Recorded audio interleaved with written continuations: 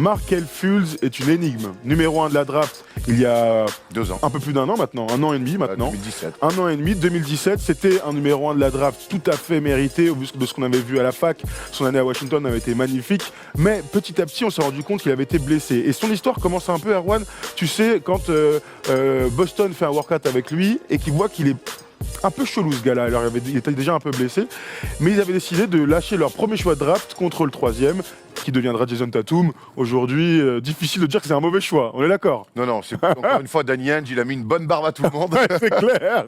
C'est une déception, je vois Chrome qui nous dit c'est une grosse déception, on va expliquer plein de choses. Il y a 2 actes très importants dont on veut parler aujourd'hui. Son évolution physique, son évolution dans le shoot, et donc ces rumeurs qui viennent d'arriver là par les insiders américains. Philadelphie aimerait se débarrasser, ou lui demanderait plutôt de partir de Philadelphie, d'être dans une autre situation, puisqu'une équipe qui joue le titre aujourd'hui, Philadelphie, ce serait peut-être pas l'endroit idoine pour avoir une progression lente comme il a l'air d'être en ce moment. On va y arriver. Alors officiellement, il n'y a rien pour l'instant. On n'est que dans des rumeurs d'insiders, mais officiellement, les Sixers n'ont pas communiqué là-dessus, donc il y a concrètement rien. Mais bon, on sait très bien qu'il n'y a jamais... Elton Brand en a parlé quand même. Ouais, il n'y a jamais de fumée sans feu. Le problème de Markelle Fultz, c'est qu'il y a des interrogations. Il y a des interrogations médicales et des interrogations sportives. Ça fait beaucoup pour un mec quand même numéro 1 de draft. Aujourd'hui, on a vu, l'année dernière, il nous joue que 13 matchs, il me semble. Un truc comme ça. Non, plus. Non, l'année dernière, il joue 13 matchs. Je vais regarder. 14 matchs, là, 14 matchs. noté. Donc, c'est fou. Et souviens-toi, il était très protégé par les Sixers, qui croyaient quand même beaucoup en lui. Souviens-toi à Londres, quand on l'a vu, c'était incroyable. Quand on a voulu aller l'interviewer, il a dit non, je ne fais pas d'interview. Il était très protégé, il voulait très peu communiquer sur son état de santé. Cette année, il l'a joué. Et ce qui est terrible, c'est qu'en plus donc, de son problème d'épaule qui semble un petit peu revenir, c'est qu'aujourd'hui, en son absence, Ben Simmons s'est installé comme meneur de jeu de l'équipe. Ça marche très fort. Et aujourd'hui, les deux, il n'y a plus de place pour les deux. Et honnêtement, entre faire un choix aujourd'hui entre Markelle Fultz et Ben Simmons, le choix il est très vite fait. Et en plus, l'arrivée de Jimmy Butler, pour moi, le condamne complètement aux Sixers, mais c'est tant mieux pour eux, pour les Sixers, qu'ils l'envoient et qu'ils récupèrent quelqu'un de... On sait que sur le poste 4, ils ont peut-être besoin de retrouver quelqu'un. Et puis pour lui, qu'il aille s'éclater ailleurs, on lui file des minutes. Aujourd'hui, il ne joue que 22 minutes par match, et je pense que son temps de jeu va descendre de plus. Il a besoin qu'on lui file de la confiance et plus de minutes ailleurs. Très bien. Parlons de son shoot, avant de parler des possibles destinations pour notre meneur chéri. Chéri, je sais pas pourquoi, mais en tout cas meneur des Sixers encore aujourd'hui. Non, moi je l'aime bien vraiment. Parlons de son shoot parce que il s'est passé beaucoup de choses. C'est d'abord un joueur qui à la fac mettait dedans. Il était à 40% à 3 points avec un shoot très sympa. Regarde, on a fait un petit montage pour vous montrer un peu l'évolution de son tir. Ça c'est de la routine de shoot avec Drew Allen, le fameux coach individuel des joueurs NBA qu'on peut voir sur YouTube. On voit qu'il met dedans, que c'est plutôt fluide. C'est pas très naturel quand même. C'est pas très naturel, mais c'est plutôt fluide. Regarde, l'enchaînement, je t'ai mis quelques vidéos de lui quand il était à la fac. Et regarde, là, ça dégaine. Il y va avec confiance, ça lâche le bras, c'est fluide. Voilà, ça c'est un shoot de basketteur. Un shoot de basketteur. Là, je vous ai mis cette petite vidéo, on se souvient l'année dernière, où il était blessé. Et il y a cette vidéo qui nous a fait froid dans le dos. Des airballs, des shoots saccadés, une catastrophe pour Markelle Fultz, qui nous a vraiment fait mal au cœur pour le coup. Ah ouais, fait mal au cœur, terrible. Et puis alors là, je t'en parle même pas. Et alors donc là, on finit sur cette année. Ça, c'est un truc de mec perdu, quoi. C'est incompréhensible. Lancé franc en face à Miami cette année. Il fait une pump fake en shootant. Alors celle-là, elle est vraiment très bizarre. Il y a la phase face à Utah aussi. Et donc celle contre Utah va arriver juste derrière. Comment ça? Et là, il tripote le ballon chaud. J'ai l'impression qu'il apprend à tirer. Très bizarre. Alors, de mémoire de basketteur, je n'ai jamais vu ça. Non. Même les mecs qui avaient des mains palmées, je te jure qu'ils ne faisaient pas ce genre de truc. Non, mais je pense que là, il est rentré dans un problème psychologique. Là, tout le genre, je lis un petit peu Nomade, mais surtout le placement de son corps sur ses shoots. Là, on n'est même plus dans le placement du corps, les amis. Pour moi, on est rentré dans un problème complètement mental. Et le tir, autant, quand t'es bien, tu peux balancer des tirs les yeux fermés, ça peut rentrer. Autant quand mentalement, et lui, ça fait quand même 1 an qu'il galère avec son tir et qu'il voit une régression terrible dans sa gestuelle, c'est devenu un problème mental. Moi, je crois vraiment que ça n'a pas matché avec les... Il faut qu'il aille ailleurs. Attends, parle pas de ça, parle pas d'aller ailleurs. Mais ça fait partie ça fait partie de son évolution. Pour retrouver aussi un tir et le plaisir de jouer, il faut qu'il se barre ailleurs. Parce que au Sixers, il y a un blocage mental pour moi. Et son tir est directement impacté. Alors, je vais te raconter une histoire. Il y a Sixers France qui a traduit un article de The Athletic, donc un média énorme avec parmi les plus gros insiders que comptent les États-Unis, et a raconté l'évolution de son tir. Alors en gros, ça a commencé à se passer lors de ses workouts l'année dernière, enfin il y a 2 ans maintenant, avant sa draft, où il a voulu s'adapter à la distance NBA. Quand je vois ses tirs en NCAA, je me dis qu'il n'y avait pas grand-chose à tirer. On voit qu'il tirait un peu vers le haut. Donc, dans son évolution du tir, il a commencé à travailler avec comme Dirk, avec son espèce de mentor de toujours. Ça marche un peu plus avec le vieil Allemand là qu'avec son pote là. Je pense qu'à la base. À la base, il a quand même le Dirk a quand même plus de...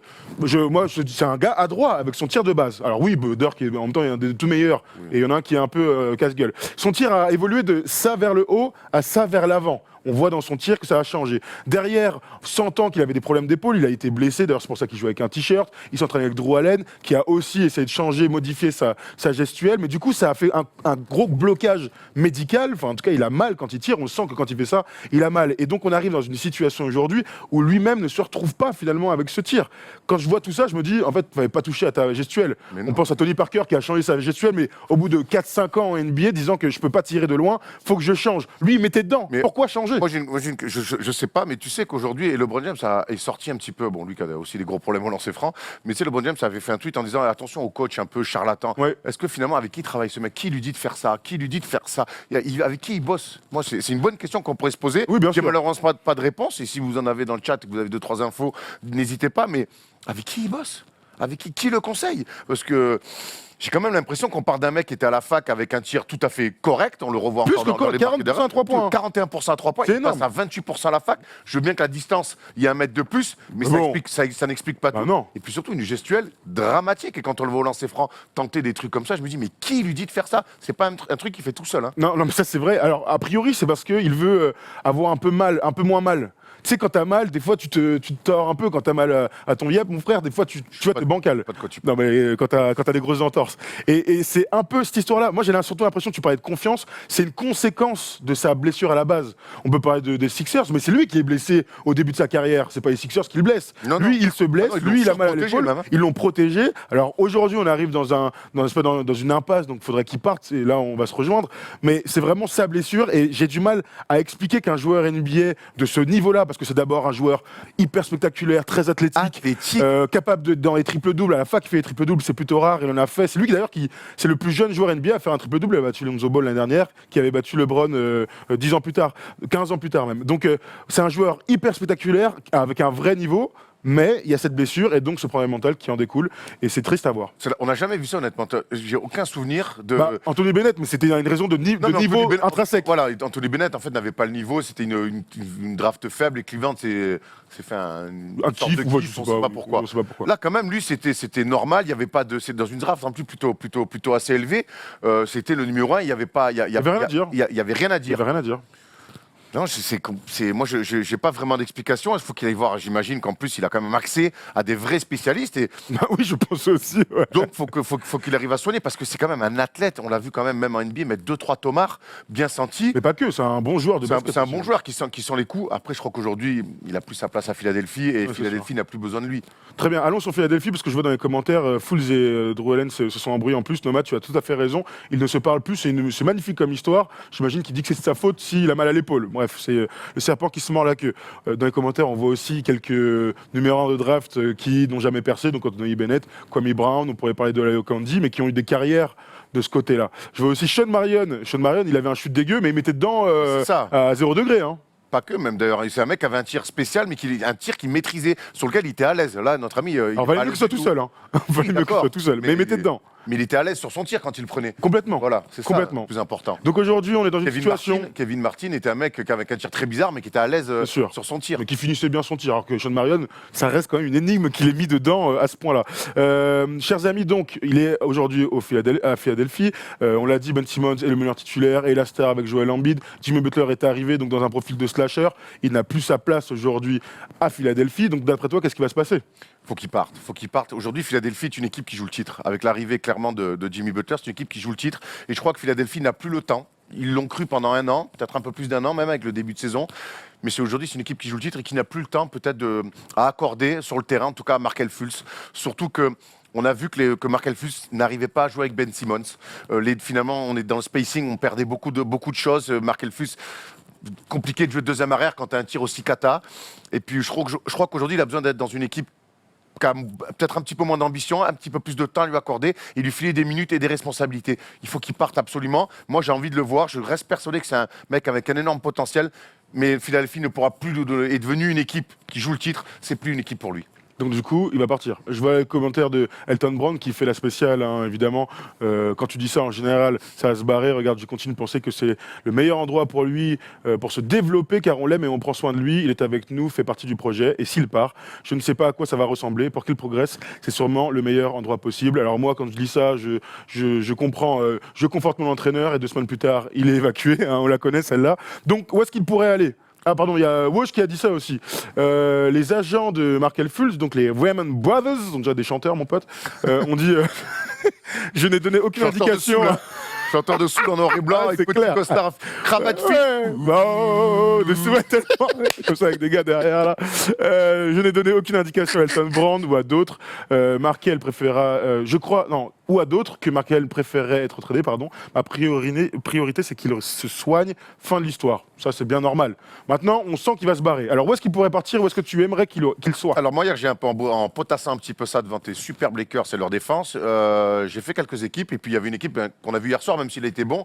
Quand même, Orlando, ils ont un petit souci à la main. C'est avec Didier Augustin. On pourrait peut-être essayer de trouver quelque chose. Surtout qu'il y a un peu embouteillage sur le poste 5 aussi là-bas chez le Magic. Donc, on peut peut-être essayer de trouver un petit montage. Et je trouve que ça serait pas mal pour lui, avec tous les scoreurs qu'il y a, d'amener peut-être un meneur un petit peu all-around comme ça. Ça pourrait être pas mal pour lui. Une équipe jeune en train de progresser qui veut accrocher les playoffs. Voilà, là, ça serait une place de choix, je trouve, pour lui. De toute façon, c'est le profil. Hein. C'est une très bonne idée, Orlando. De toute manière, on sait qu'il cherche un meneur. Alors, Didier Augustin pourrait rester titulaire toute cette saison, par exemple, parce qu'il est quand même complémentaire de mecs qui ont besoin de dribbler. Hein. Je pense à Aaron Gordon, à Evan Fournier, à ce genre de trucs qui ont besoin de dribbler. Lui, il est quand même c'est un spot-up shooter. Et donc, lui, dans ce truc-là, dans les années qui viendraient, ce serait un bon prospect. C'est une bonne idée. Je pense aussi à Phoenix, un échange avec Judge Jackson, qui de la même draft, 4e choix de la draft. Ça permettrait à lui d'être dans un endroit où il n'y a pas de meneur de jeu. C'est Isaiah Canaan qui est sur le poste et Elio Kobo, dont on va parler en quelques secondes, contre Judge Jackson, qui donc, sur un poste 3-4, pourrait faire du bien.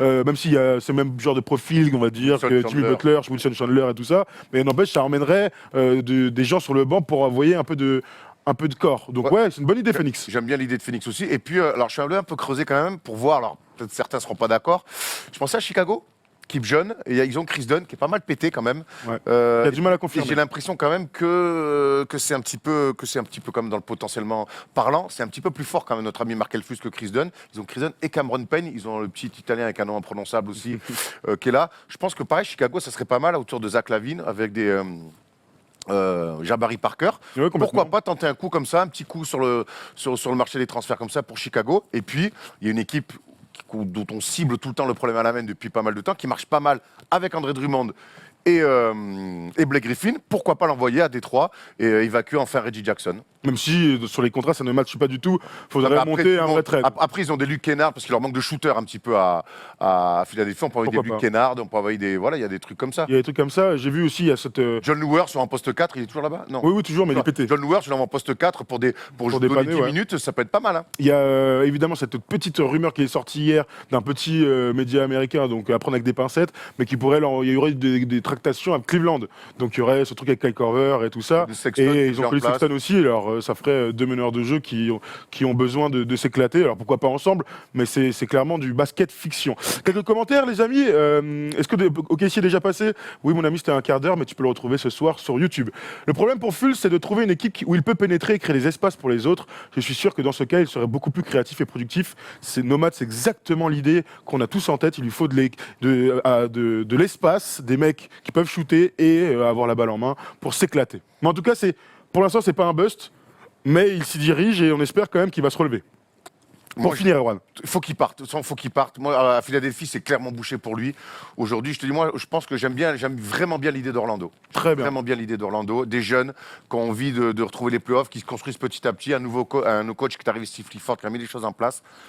S'ils mettent un meneur d'un calibre différent, parce que Didier Augustin, même si hier il est très bon, c'est le backup parfait de NBA. Foutez-moi Fultz, il va s'éclater et ça sera gagnant-gagnant pour tout le monde. Très bien. On a fait le tour sur Markel Fultz. Vous nous dites dans les commentaires si c'est un bust, si c'est pas un bust, s'il le sera, où est-ce qu'il peut atterrir. On est toujours très curieux d'avoir vos petits commentaires. Allez, on passe au 3e sujet de la journée. Ce sont nos petits Frenchies, les amis.